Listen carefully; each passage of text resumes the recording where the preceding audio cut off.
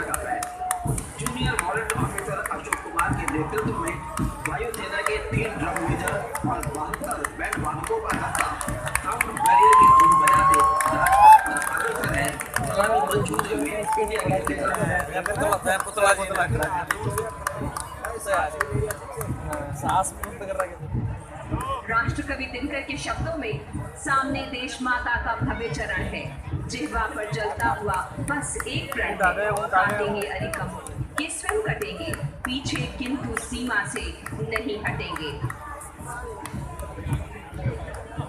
और कुछ एक पल में आप विमेन एम्पावरमेंट का एक झलकी देखेंगे। सामने आ रही है भारतीय वायुसेना की झांकी। इस झांकी की विषय वस्तु है स्वदेशीकरण को प्रोत्साहित करती भारतीय वायुसेना। इस झांकी में स्वदेशी रूप से डिजाइन और निर्मित हवाई जहाज, रडार और मिसाइल के प्रतिरूप दर्शाए गए हैं। झांकी में दिखाए गए मॉडल हैं Tejas multi role fighter aircraft, Rudra helicopter, Arudra radar और आकाश मिसाइल सिस्टम के हैं। इस झांकी में 3 महिला वायुसेना अधिकारी फ्लाइट लेफ्टिनेंट चंदा, फ्लाइट लेफ्टिनेंट अदिति पाली और फ्लाइट लेफ्टिनेंट अमरदीप कौर भी दिखाई दे रही हैं। और अब आपके सामने DRDO द्वारा स्वदेश में विकसित लंबी दूरी की सबसोनिक क्रूज मिसाइल निर्भय मिसाइल आ रही है। इसकी अगुवाई कर रहे हैं 196 मीडियम रेजिमेंट के कैप्टन कुणाल कुमार। DRDO ने भारत को स्वदेशी क्रूज मिसाइल प्रौद्योगिकी की विकसित करने वाले चुनिंदा देशों की श्रेणी में लाकर विश्व में गौरव हासिल करवाया है। महसूस करें हम अपनी नाड़ियों के स्पंदन को, जो हमारे महान पूर्वजों की देन है। उठ खड़े हो जाएं हम भारत की उस एकता के लिए जिसने हमें आजादी दिलाई। एकता ही भारतीयता है। जय भारत, जय गणतंत्र।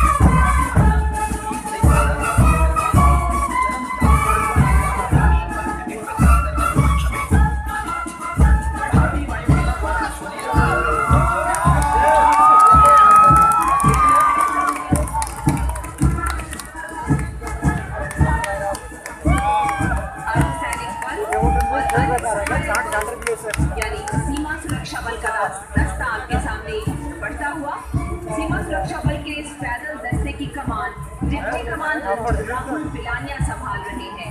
इस दस्ते में देश भर के 13 फ्रंटियरों के सीमा सुरक्षा प्रहरी शामिल हैं, जो वास्तव में राष्ट्रीय एकता का प्रतिनिधित्व करते हैं और यहाँ विविधता में एकता का सुंदर उदाहरण प्रस्तुत करते हैं। और ठीक उसके पीछे सीमा सुरक्षा बल का ये बैंड देव शिवा बरमोहे की स्वर लहरियां बिखेरता हुआ। इस बैंड का नेतृत्व कर रहे हैं इंस्पेक्टर पंकज एम रावल और इस बैंड में सीमा सुरक्षा बल के 100 जवान शामिल हैं। और अब राजसी वेशभूषा और शाही अंदाज के साथ डिप्टी कमांडेंट कुलदीप जय चौधरी के अगुवाई में सीमा सुरक्षा बल का सवार दस्ता आ रहा है। केसरिया साफा कलगी घोड़बंद अचकन कमरबंद मोहरी और झालर गोटा आदि से सजा ये दस्ता सबका मन मोह रहा है। सीमा सुरक्षा बल का ये ऊंट सवार दस्ता संदिग्ध गतिविधियों की रोकथाम, तस्करों और आतंकवादियों को धर दबोचने में सक्रिय भूमिका निभाता आ रहा है। इसका आदर्श वाक्य है और इसके पीछे राजसी वेशभूषा और शाही अंदाज के साथ सीमा सुरक्षा बल का ऊंट सवार बैंड दस्ता band master sub inspector Bodhraj की अगुवाई में आगे बढ़ रहा है। ऊंट सवार बैंड हम है सीमा सुरक्षा बल की स्वर लहरियां बिखेर रहा है। ये जवान ऊंट की पीठ पर बैठकर ड्रम, साइड ड्रम, पाइप बजा रहे हैं। आर्मी की सर आओ झुककर सलाम करें उनको जिनके हिस्से में ये मुकाम आता है। खुश नसीब होता है वो जो देश के काम आता है।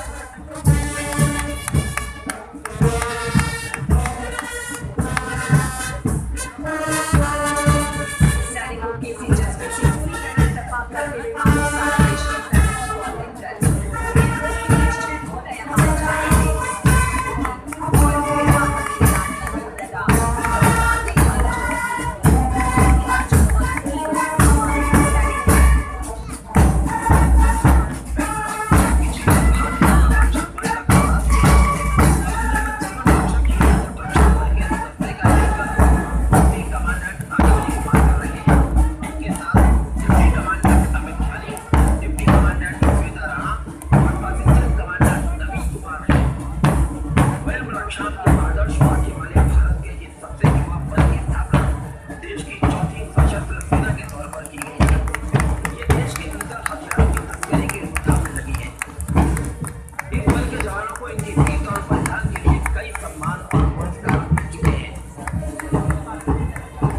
जोश भरा है सीने में, है हथेलियों पर जान।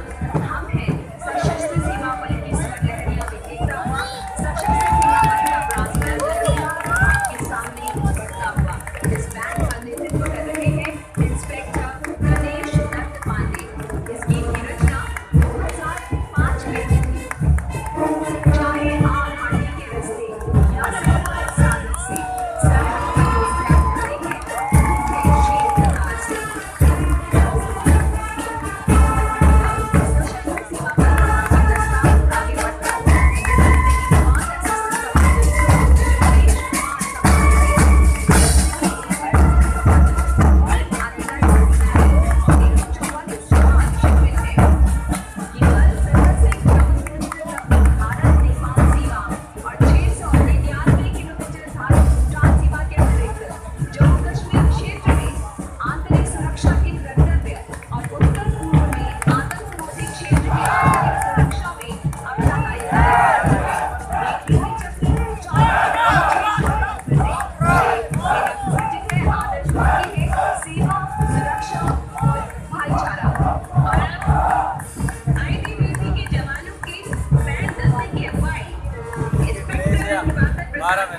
काम आते हैं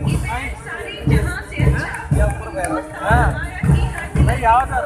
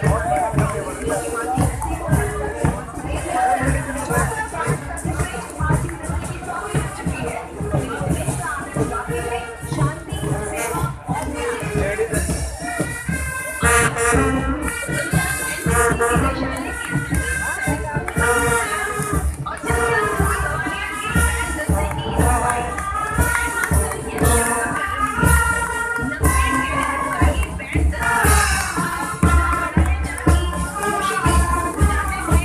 रहा है। ये कैडेट न केवल पर्वतारोहण, ग्लाइडिंग और रेमोट ऑपरेट जैसे रोमांचक अभियानों में नियमित भाग लेते हैं, बल्कि कार्यक्रमों में भी इनका खूबसूरत योगदान है।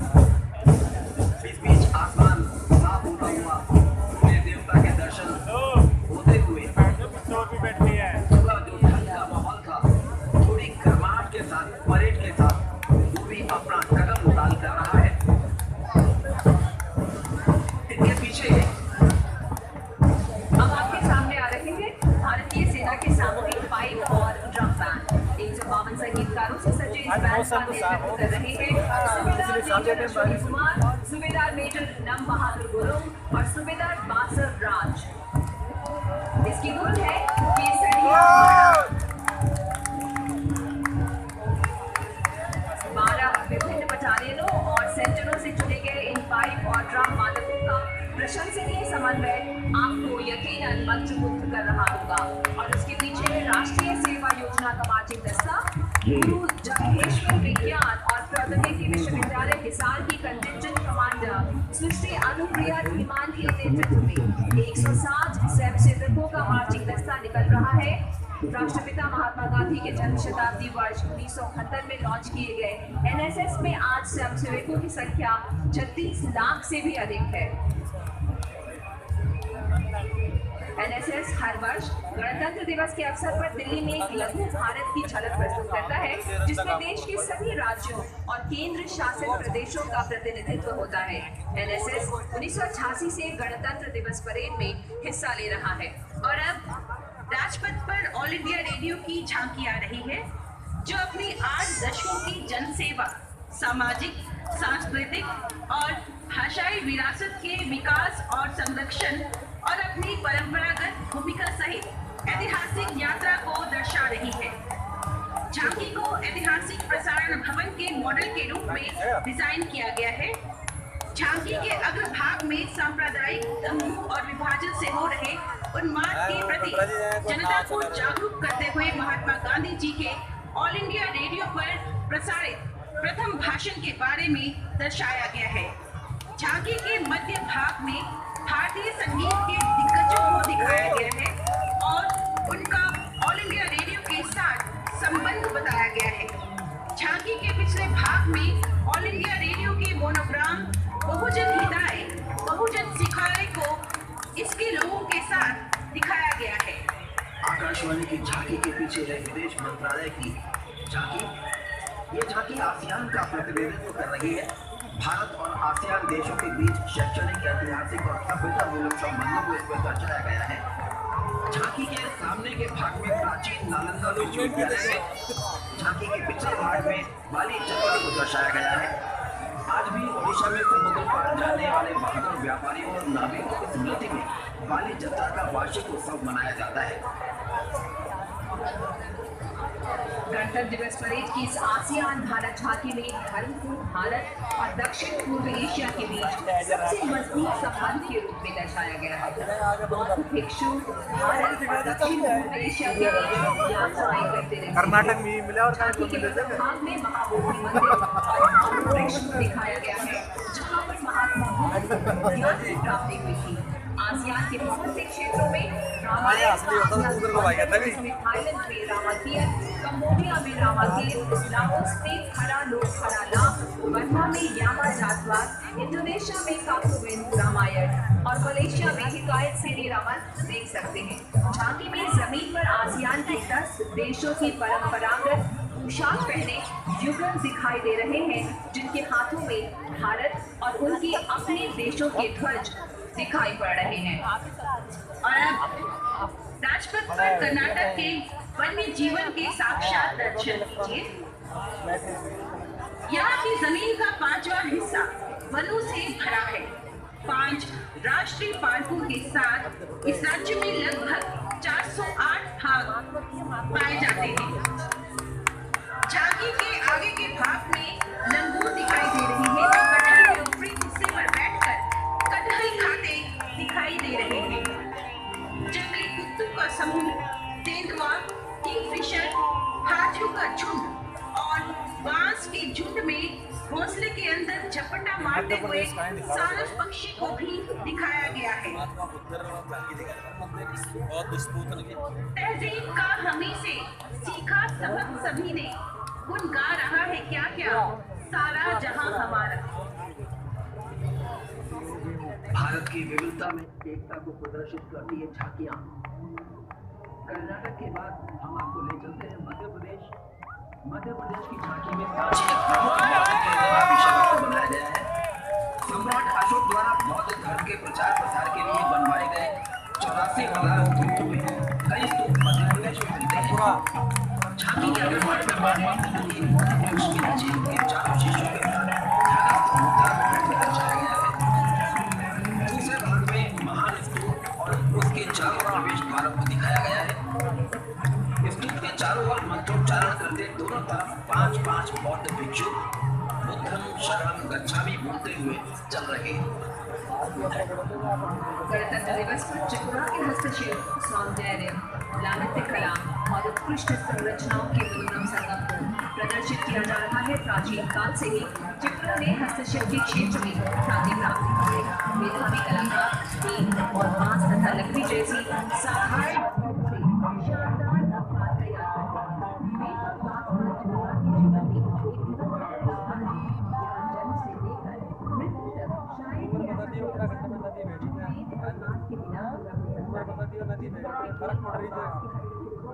उसके सौंदर्य, लालित्य और उत्कृष्ट संरचनाओं के कारण पूरे देश में सर्वश्रेष्ठ माना जाता है।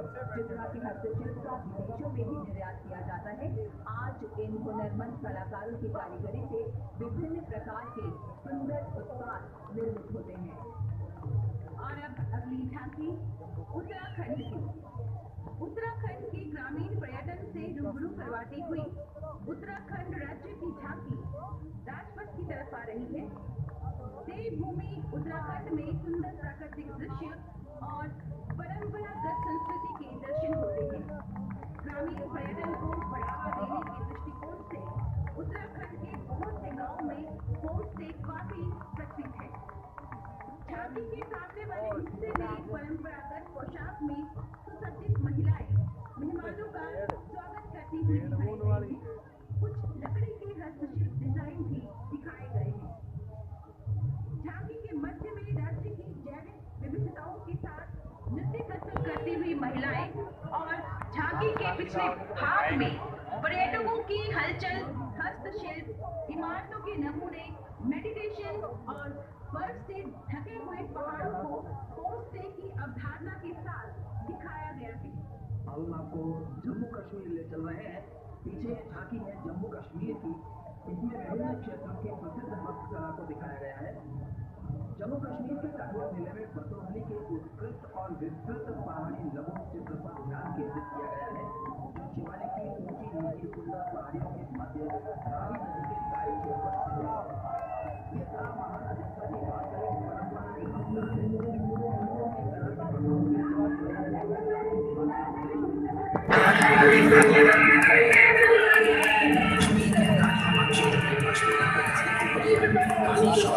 जम्मू कश्मीर की एक बहुत ही पुरानी हस्तकला है। यह हस्तकला मुगल काल से ही घाटी का हिस्सा रही है। शाल के सुंदर रंग और कपड़े की बनावट के कारण ये अन्य शॉलों से ज्यादा प्रसिद्ध है। झांकी की स्मृतियां हमेशा प्रेरणादायक होती हैं। महाराष्ट्र के इस झांकी में छत्रपति शिवाजी महाराज के राज तिलक को विषय वस्तु बनाया गया है। छत्रपति शिवाजी महाराज का जन्म पूरे महाराष्ट्र के शिवनेरी दुर्ग में हुआ था।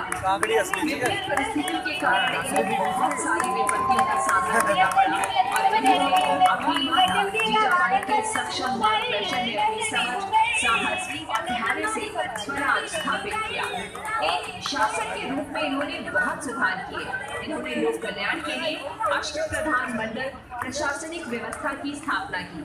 शिवाजी सिर्फ महाराष्ट्र से ही नहीं बल्कि पूरे विश्व से संबंधित थे। सर जादूनाथ सरकार ने इस संबंध में कुछ ऐसा लिखा है कि शिवाजी महाराज केवल मराठा राज्य के ही संस्थापक नहीं थे, बल्कि वे मध्यकालीन भारत के एक सर्वाधिक रचनात्मक और प्रतिभाशाली व्यक्तित्व थे। लक्षद्वीप की झांकी वहाँ के लोगों की स्थानीय संस्कृति की झलक को पेश करता है। झांकी के सामने और ऊपरी हिस्से पर इस देश के लोगों के द्वारा मछली पकड़ने के लिए इस्तेमाल की जाने वाली विभिन्न विधियों को दिखाया गया है। झांकी के मध्य में विशेष आकर्षण है पारंपरिक उपन्ना, जिसके बिना वैवाहिक समारोह की कल्पना भी नहीं की जा सकती। इसका संबंध एक मुख्य गायकी और महिलाओं के समूह के संगीत और नृत्य से है। झांकी के साइड में पल पल रंग बदलने वाला एक रंगीन दृश्य विद्यमान है, जिसमें असंख्य मछलियां और नीले रंग का साफ पानी दिखाई दे रहा है। चारों तरफ फैले नारियल के पेड़ों के बीच में पर्यावरण अनुकूल विश्राम गृह और रेतीली समुद्र तट यहाँ दिखाई दे रहे हैं। इसके पीछे आप देख रहे हैं छत्तीसगढ़ की झांकी। प्राचीन रंगशाला को इस पर प्रदर्शित किया गया है। छत्तीसगढ़ के सरगुजा जिले में रामगढ़ की पहाड़ियों में स्थित प्राचीन रंगशाला 300 ईस्वी पूर्व की है। ऐसा माना जाता है कि कालिदास ने अपने प्रसिद्ध काव्य मेघदूत की रचना इसी स्थान पर की थी, जिसमें उन्होंने बादलों के माध्यम से प्रेम के संदेश को पहुंचाने का बखूबी चित्रण किया। झांकी के पहले हिस्से में महान कवि कालिदास को रामगढ़ की पहाड़ियों पर अपने प्रसिद्ध काव्य मेघदूत की रचना करते दिखाया गया है, जबकि पिछले हिस्से में अर्ध गोलाकार पर्वत को दिखाया गया है। रंगशाला के मंच पर कलाकारों को कालिदास के प्रसिद्ध काव्य मेघदूत का मंचन करते दिखाया गया है। और अब केरला प्रदेश की झांकी। केरल कायाचा का त्योहार केरल में मंदिरों उत्सवों और समुदाय के साथ लोगों द्वारा पूजा के समय खेत प्रणाली से संबंधित है। केरल में कृषि से जुड़े हुए कई पर्व और प्रकृति के प्रति श्रद्धा को प्रतिबिंबित करते हैं। पुरुष अपने और जयकारों के साथ विलासपूर्वक जुलूस के रूप में मंदिर परिसर में ले जाते हैं। ऐसा लग रहा है कि इनसे विशाल ऊर्जा निकल रही है और वे आगे छलांग लगाने को तैयार हैं, तत्पर हैं। झांकी के पिछले हिस्से में धान के खेतों में सैन्य कला की जो परंपरा दिखाई दे रही है, वो इस झांकी का प्रमुख आकर्षण है, जो केरल की प्रसिद्ध सांस्कृतिक विरासत को प्रदर्शित कर रहा है। और अब असम राज्य की इस झांकी में मुखौटों को आधार बनाया गया है। मुखौटे बनाने की कला की शुरुआत 15वीं शताब्दी में महान संत, विद्वान कवि, असम के सामाजिक और धार्मिक सुधारक महापुरुष श्रीमद शंकरदेवा के द्वारा की गई। इस परंपरागत मुखौटे का प्रयोग धार्मिक नृत्यों और नाटकों, सत्र और नामगान में किया जाता था। इस झांकी में बावना यानी नृत्यशाला में सीता हरण बलिवध विषय पर पात्रों के सदस्य मुखौटा पहने हुए कलाकारों के द्वारा सुंदर अभिनय को दिखाया जा रहा है। बहुत देर में चल रहा है, बहुत पेड़ हो जाओ यार, खाना कौन है? बहुत ही मनोहारी दृश्य राजपथ पर इस समय सजीव हो उठा है। अलग अलग राज्यों की झांकियां अभी उठ रही साहब। उनकी अपनी संस्कृति और सांस्कृतिक सभ्यता को दर्शा रही हैं। इनमें जिन चीजों का चित्रण किया गया है, जो विषय वस्तु ली गई है, वो बहुत ही बेहद मनोहारी है। राजपथ पर सलामी मंच होकर इंडिया गेट की तरफ बढ़ती ये झांकियां एक अद्भुत नजारा पेश कर रही हैं। इसके बाद हम आपको ले चल रहे हैं पंजाब राज्य की तरफ। पंजाब राज्य की झांकी संगत और पंगत का एक रचनात्मक चित्रण किया गया है। सिख गुरु नानक देव जी द्वारा प्रारंभ की गई श्रद्धा और समाज सेवा की यह अनूठी पद्धति है। झांकी में एक सिख को लंगर तैयार करते हुए दिखाया गया है। कुल्लू मनाली ट्रेलर पार्ट में संगत और पंगत के विभिन्न पहलुओं को रोचक ढंग से पेश किया गया है। कुल्लू मनाली से देख रहे जो खाना खिलाते और दिखाया जा रहा है, जो सभी जाति धर्म और संस्कृति के लोगों को समान सेवा भाव से देखने के सिद्धांत पर आधारित है। झांकी के विषय हिस्से में दिखाई गई प्रस्तुति में पंजाब और पंजाबियों के संबंध की झलक पेश की गई है। साइड पैनल में आप देखेंगे संगत और पंगत के तीन भाग के रूप में कुछ पुरुषों आदमी बता रहे थे पंप तो मैंने सोची कार्टून ही बैठा रखे थे। हां ये आदमी बैठा रखे आले को नहीं देर तक। और अब धीरे धीरे आगे बढ़ रहा है हिमाचल प्रदेश राज्य की झांकी। स्पीति घाटी में स्थित सबसे बड़े और हजार वर्ष पुराने कई गोम्पा मठ पर केंद्रित है झांकी। कई गोम्पा एक बौद्ध मठ है जिसकी स्थापना 11वीं शताब्दी में हुई है। ये प्राचीन बौद्ध नक्काशी, चित्रकारी, भित्ति चित्र, दुर्लभ थंकास, पांडुलिपि के संग्रह के लिए विख्यात है। गोम्पा में ध्यान मुद्रा में महात्मा बुद्ध की मूर्ति को स्थापित किया गया, जिसे आप देख रहे हैं। ये लामाओं और लगभग 350 भिक्षुओं के प्रशिक्षण का मुख्य धार्मिक केंद्र है। हिमाचल प्रदेश की झांकी के अग्रभाग में महात्मा बुद्ध को ध्यान मुद्रा में दिखाया गया है। झांकी के मध्य भाग में स्तूप और वहां आराम करते भिक्षुओं को दिखाया गया है। झांकी के पार्श्व भाग में कई मठ और बौद्ध मंत्रों का उच्चारण करते हुए भिक्षुओं को झांकी के साथ चलते हुए दिखाया गया है। अद्भुत नजारा, अद्भुत दृश्य आपके सामने से गुजरता हुआ। मणिपुर की झांकी में पेश है राज्य का सबसे प्रसिद्ध लोक नृत्य खांबा थोपी। खांबा थोपी एक प्रेम कथा है। इसमें बहुत से विविध पात्र और घटनाएं हैं जो प्राचीन समय के मोइरंग समाज और शौर्यपूर्ण जीवन को दर्शाते हैं, जिसके लिए वे लोग जान की बाजी तक लगाने के लिए तैयार रहते थे। झांकी के मध्य भाग में पहाड़ के साथ खांबा और थोपी के नृत्य को दर्शाया गया है। कुल देवी का प्रतीक पहाड़ को पीछे दिखाया गया है। कहानी के लेखक पेना कोम्पा के प्रतिरूप को झांकी के आगे के भाग में दिखाया गया है। आप और हम आज साक्षी में फालेदार धक्का में सुरक्षित है गया है ना, सुरक्षित इंतजार खड़ा कर देता हूँ मैंने। और हैं 26 जनवरी 1950 को 15 अगस्त को दिखाऊं जी हमारा संविधान अनुमोदित हुआ था। तब से गणतंत्र दिवस परेड का आयोजन लगातार किया जाता है। अब गुजरात की झांकी राजपथ पर हमारे कमेंट्री बॉक्स के सामने साबरमती आश्रम की सदी और गांधी जी इसका विषय है। वर्ष 2017 में साबरमती आश्रम की स्थापना के 100 वर्ष पूरे हुए और राष्ट्र में ये विशेष स्नेह के साथ मनाया गया। गुजरात राज्य की झांकी साबरमती आश्रम की शताब्दी और गांधी जी पर केंद्रित है। साबरमती आश्रम की स्थापना राष्ट्रपिता महात्मा गांधी ने 1917 में की थी। गांधी जी ने स्थानीय वस्त्र खादी के प्रयोग को बढ़ावा दिया, जिसे उन्होंने चरखा काट कर बनाया था। आश्रम की विभिन्न प्रकार की गतिविधियां जैसे प्रार्थना, सेवा, कन्या शिक्षा, स्वच्छता, पत्रिका का मुद्रण, हाथ से कागज का बनाना इस झांकी में प्रस्तुत किया गया है। अब राजपथ पर आगे बढ़ रही है आईटीबीपी की झांकी, जो राष्ट्र की सेवा में विषय को चरितार्थ कर रही है।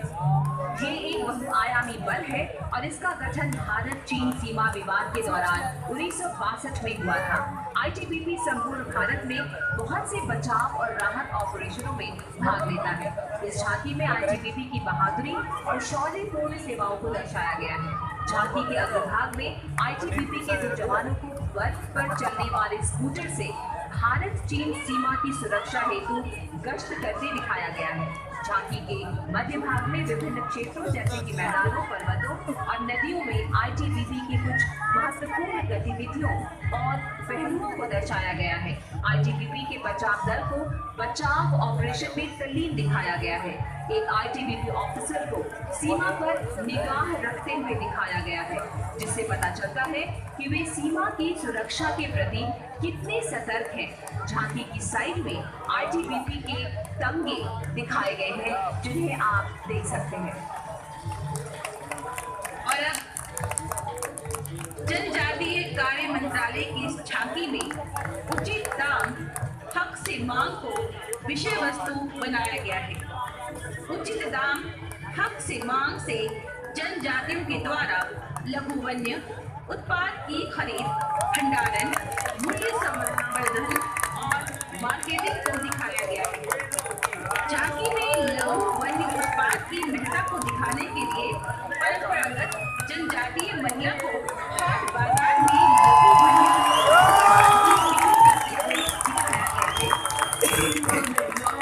जैसे उनकी जीवन शैली में लघु वन्य उत्पाद और हाट बाजार की समर्थन मूल्य केंद्रों के माध्यम से हाट बाजार में सरकार द्वारा दखल देते हुए लघु वन्य उत्पादों को खरीदा जाता है। इस योजना के तहत जनजातीय समुदाय के लगभग 5000 हाट बाजार बनाने का लक्ष्य है। आज का दिन अतीत को वर्तमान से मिलाने का दिन है। गर्व है हमें हमारी गंगा जमुनी तहजीब पर, गर्व है हमें हमारी भारतीयता पर, अपने भारतीय होने पर। 3 धर्म की बात जब आए, धर्म मेरा इंसान ही लिखना, जब भी मेरी कहानी लिखना, मुझको हिंदुस्तानी लिखना। और अब खेलो इंडिया युवा मामला और खेल मंत्रालय की झांकी खेल विभाग भारत सरकार के मुख्य कार्यक्रम खेलो इंडिया के बारे में जागरूकता फैला रही है। झांकी में शिक्षा के साथ साथ खेलों के एकीकरण और देश में खेलों को विस्तृत आधार प्रदान करते हुए खेलों में उत्कृष्टता प्राप्त करने के लिए खेलो इंडिया कार्यक्रम के महत्व पर विशेष बल दिया गया है। अगले भाग में विभिन्न खेल शाखाओं की समग्रता और खेल सुविधाओं के व्यापक विकास को दिखाया गया है। तो मध्य भाग में स्वदेशी खेल मल्लखंब के साथ साथ भारत में लोकप्रिय ओलंपिक खेल मुक्केबाजी और भारोत्तोलन का सजीव चित्रण है। पिछले भाग में जवाहरलाल नेहरू स्टेडियम की प्रतिकृति के भीतर दाऊद के ऊपर पुरस्कार की प्रतिमा को दिखाया गया है। दोनों साइड पर आप देखेंगे शतरंज के खेल, झांकी के दोनों साइड पर खेल को दिखाया गया है, जिन्होंने अपने खेल में बुलंदियों को छुआ है। भारतीय कृषि अनुसंधान परिषद की झांकी धीरे धीरे राजपथ पर बढ़ती हुई। इस झांकी में समन्वित कृषि प्रणाली के मॉडल को दिखाया गया है। समन्वित कृषि 2 या 2 से अधिक कृषि उद्यमों का एक विवेकपूर्ण मिश्रण है। हमारे देश में फसल और पशुधन आधारित कृषि प्रणाली मुख्य रूप से प्रभावशाली है। लगभग 86% कृषि हाउसहोल्ड्स कार्य करते हैं। समन्वित कृषि प्रणाली मॉडल में मुख्य रूप से फसल प्रणाली, फलों के बगीचे, पशुधन, मुर्गी, सुअर और मछली पालन समाहित है। इन्हें किसानों की भूमि, श्रम उपलब्धता और पूंजी जैसे संसाधनों के आधार पर चुना जाता है। ये प्रणाली एक घटक के बायो प्रोडक्ट को अन्य घटक के इनपुट के तौर पर प्रयोग करने का अवसर प्रदान करती है। समन्वित कृषि प्रणाली के अंतर्गत वैज्ञानिक किसानों की आवश्यकता आधारित शोध तकनीकों का विकास करते हैं और इन तकनीकों को अपनाकर किसान अत्यधिक आय अर्जित करते हैं। ये ऑर्गेनिक आधारित फसल प्रणाली के लिए सही विधि है जो पूर्वी भारत के लिए उपयुक्त है। कटाई के मौसम में किसानों को अपनी मेहनत का फल मिलता है और वे अपनी इस खुशी को लोकगीतों और लोक नृत्य के साथ जाहिर करते हैं। प्रस्तुत झांकी में महिला और पुरुष किसान अपनी खुशियों को असम के लोक नृत्य बिहू के द्वारा प्रदर्शित कर रहे हैं। इंसानियत के शहर की कोई सीमा नहीं होती। जब तक सोचते रहेंगे वो पराई थी, तब तक दर्द को महसूस करने की ताकत नहीं आएगी। आइए सोचें कि हर आंख का आंसू हमारा है, हर जख्म की पीड़ा हमारी है। फिर होगी हजारों हाथों में मशाल बुराइयों के खिलाफ। यही हमारा संकल्प हो आज के दिन। फर्क अगली झांकी आयकर विभाग की स्वच्छ धन। आयकर विभाग की इस झांकी में स्वच्छ धन को विषय वस्तु बनाया गया है। झांकी के सामने के भाग में स्वच्छ धन अभियान के प्रति भारतीय लोगों के सामूहिक समर्थन को दर्शाया गया है। मध्य भाग में ये दिखाया गया है कि बेहिसाब धन से स्वामित्व से केवल मानसिक तनाव और चिंता ही मिलती है। बेखौफ जीवन जीने के लिए आय की सत्य और पूर्ण घोषणा जरूरी है। ऑनलाइन सेवाएं उपलब्ध होने के कारण आय की रिटर्न की ई-फाइलिंग और देय कर का भुगतान आसान हो गया है। झांकी के पिछले भाग में ये दिखाया गया है कि कर भुगतान का राष्ट्र निर्माण में अहम योगदान है। इससे हर नागरिक के जीवन की गुणवत्ता में सुधार आता है। इस झांकी में विभाग के सुलभ करदाता दृष्टिकोण को भी दिखाया गया है। जहां पर ईमानदार करदाता निर्भय है, वहीं दूसरी ओर प्रौद्योगिकी और आंकड़ों के विश्लेषण के माध्यम से कर चोरी करने वाले पर इसकी पैनी निगाह है। आयकर विभाग की झांकी के पीछे जो फूलों से सजी झांकी आप देख रहे हैं, वो केंद्रीय लोक निर्माण विभाग की है और उसका विषय है दीपावली। ये झांकी भारत के सबसे बड़े त्योहार का चित्रण कर रही है। पूरी झांकी में भारत की प्राचीन स्थापत्य कला और दीपावली आयोजन को दिखाया गया है। झांकी के अग्रभाग में परंपरागत दीप और फूलों की रंगोली है।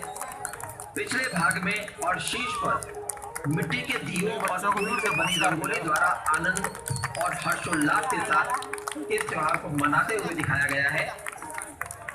ये मनोहारी झांकी प्राकृतिक फूलों से तैयार की गई है, जिसे देखने वालों के लिए बेहद सुखद अनुभव होगा।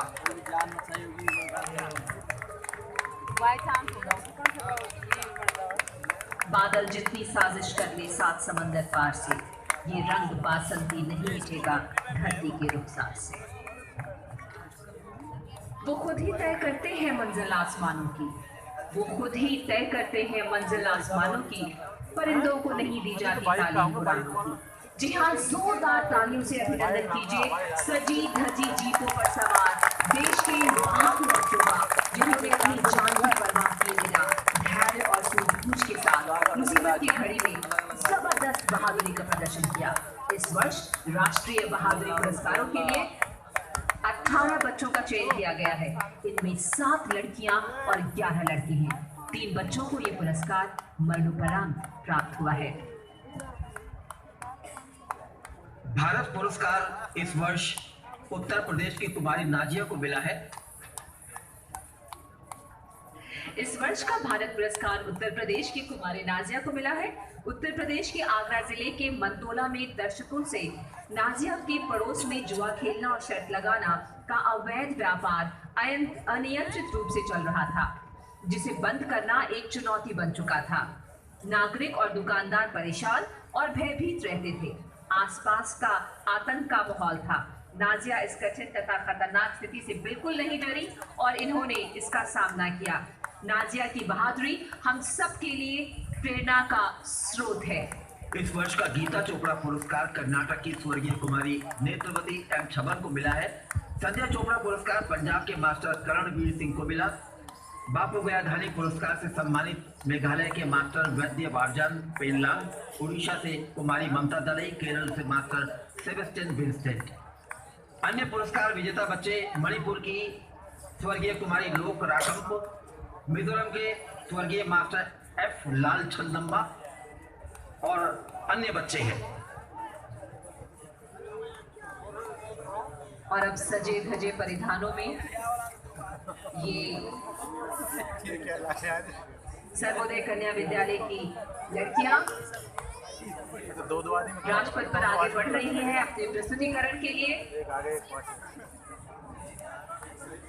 इनके पीछे है mount Abu public school sector 5 Rohini Delhi का बच्चों का दल, जो भारत सहित 10 विभिन्न देशों की वेशभूषा और संस्कृति का दर्पण दिखा रहा है।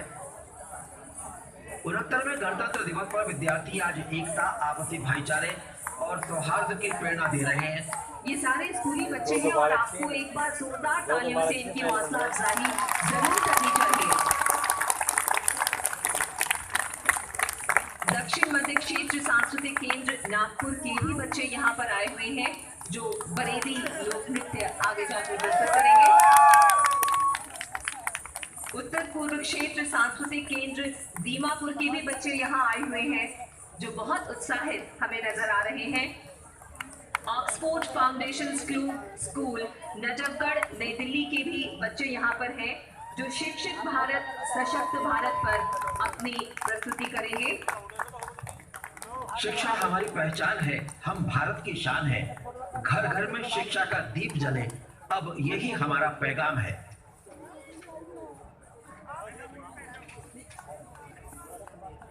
अनगिनत शहीदों के अमर बलिदान का ही नतीजा है दोस्तों कि आज क्षितिज पर ये सूर्य अपनी संपूर्ण आभा के साथ दैदीप्यमान है।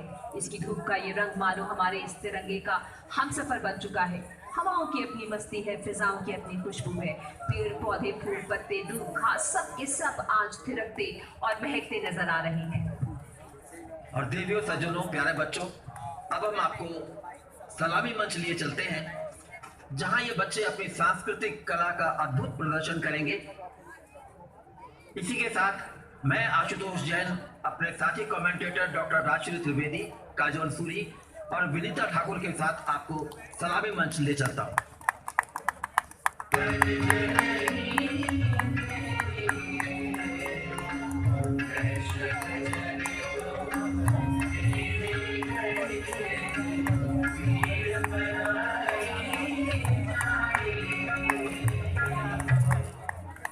Indo-Tibetan Border Police in service of the nation. Brains of the brave of border conflict with China in 1962, ITBP is a